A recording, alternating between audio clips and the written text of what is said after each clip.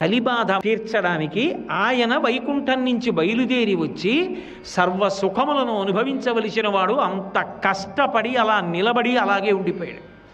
ఉండిపోయి నేనున్నాను అని కాపాడి ఎక్కడో ఎవడో పాపం చేసి ఆర్తి పొందినా సరే ఈసారికి నిన్ను కాపాడుతున్నాను, వద్దురా, నా మాట వినరా, అధర్మం జోలికి వెళ్ళకరా అని మనసు మార్చడం కోసమని వైకుంఠాన్ని వదిలిపెట్టి ఇక్కడికొచ్చి పద్మపీఠం మీద నిలబడిపోయాడు.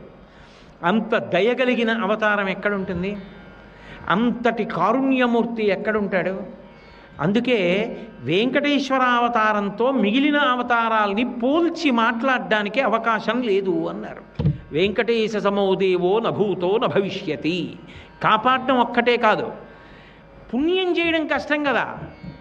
ఈ యుగంలో కలిపురుషుడు పుణ్యం చేయాలి అంటే పెట్టుబడి పెట్టాలి, కాసేపు వచ్చి కూర్చోవాలి, కాసేపు వినాలి, కాసేపు శ్రద్ధతో చూడాలి.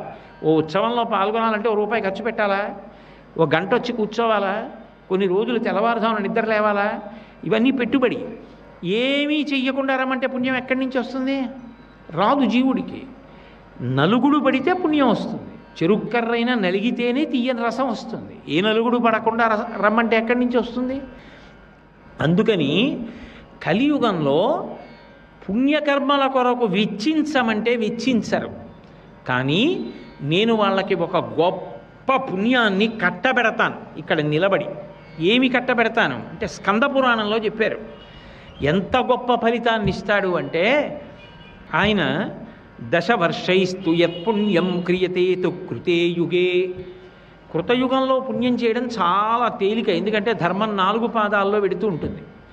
అటువంటి ధర్మం 4 పాదాల ఉండేటటువంటి కృతయుగంలో 10 సంవత్సరములు పుణ్యం చేస్తే ఎంత ఫలితం వస్తుందో దాన్ని త్రేతాయాం ఏకవర్షేన, అంత పుణ్యం త్రేతాయుగంలో చేయడం కుదరదు. ఎందుకంటే అక్కడికి వచ్చేటప్పటికి మళ్ళీ ఓ పాదం పోతుంది, 3 పాదాలే ఉంటాయి ధర్మానికి.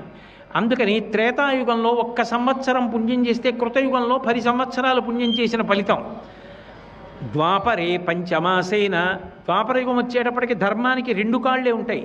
అందుకని ద్వాపరయుగంలో 5 మాసములు పుణ్యం చేస్తే కృతయుగంలో 10 సంవత్సరాలు చేసిన పుణ్యం. తద్దినేన కలౌ యుగే తత్ఫలం కోటిగుణితం నిమిషే నిమిషే నృణాం. కలియుగం దగ్గరికి వచ్చేటప్పటికి ఒక్కరోజు ఒక ఉత్సవంలో పాల్గొన్నాడు, పుణ్యం చేశాడు. 10 సంవత్సరాలు కృతయుగంలో చేసినటువంటి పుణ్యంతో సమానమైన పుణ్యాన్ని ఇచ్చేస్తాడు.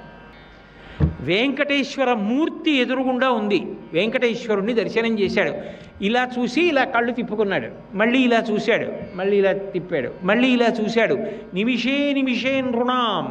ఎన్ని మాటలు చూస్తున్నాడో అన్ని మాటలు కృతయుగంలో 10 ఏళ్ళు చేసిన పుణ్యాన్ని కోటి పెట్టి గుణించి జీవుడి ఖాతాలో వేస్తారు. అంత పుణ్యాన్ని ఇప్పించడానికి నేను ఒక రూపంతో ఇక్కడ నిలబడ్డాను. లేకపోతే వాళ్ళకి ఆ పుణ్యం ఎక్కడి నుంచి వస్తుంది? కేవలం చూసినందుకు ఇస్తున్నాను. నా మూర్తిని చూస్తే చాలు, ఆ పుణ్యం వాళ్ళకి కట్టబెట్టాలి. ఎందుకని? చెయ్యడం కష్టం కాబట్టి తేలికగా ఇవ్వడానికి ఈ యుగంలో వచ్చే అందుకని ఆయనతో సమానమైన అవతారం లేదు.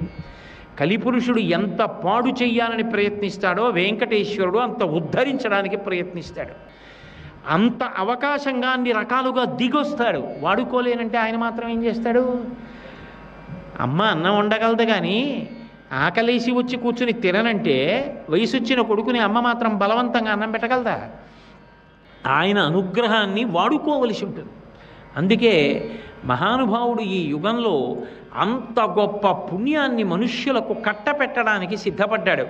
ఇకపైన నా ఉత్సవాన్ని చెయ్యడానికి సంకల్పం చేస్తే, నా ఉత్సవం చేస్తే, ఉత్సవం అంటే హర్ష ప్రకటనము జరిగితే ఉత్సవం అంటారు.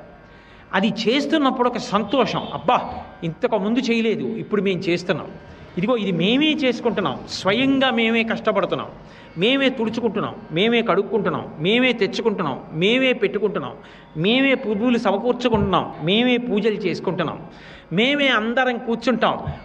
ఏదో సంతోషం, మేము చేసుకుంటున్నామన్న సంతోషం. స్వామివారి ఊరిరిగింపు అలా పెడుతుంటే అందరూ సంతోషంతో చూస్తూ గోవిందా గోవిందా అంటారు. అందరూ ఆయన గురించి విని పొంగిపోతుంటారు. అలా సంతోషపడిపోయేటటువంటి లక్షణము ఏ కార్యము చేయడము వలన ఉత్పన్నమవుతుందో అటువంటి ఉత్సవ నిర్వహణ చేత కలిగేటటువంటి ఫలితమును చెప్పడం సాధ్యం కాదు. ఇక ఇంత ఫలితాన్ని పొందుతాడని చెప్పడం మాత్రం కలియుగంలో వెంకటేశ్వరుడి విషయంలో ఎవరికీ సాధ్యం కాదు. సర్వం శ్రీ ఉమామహేశ్వర పరబ్రహ్మార్పణమస్తు. స్వస్తి.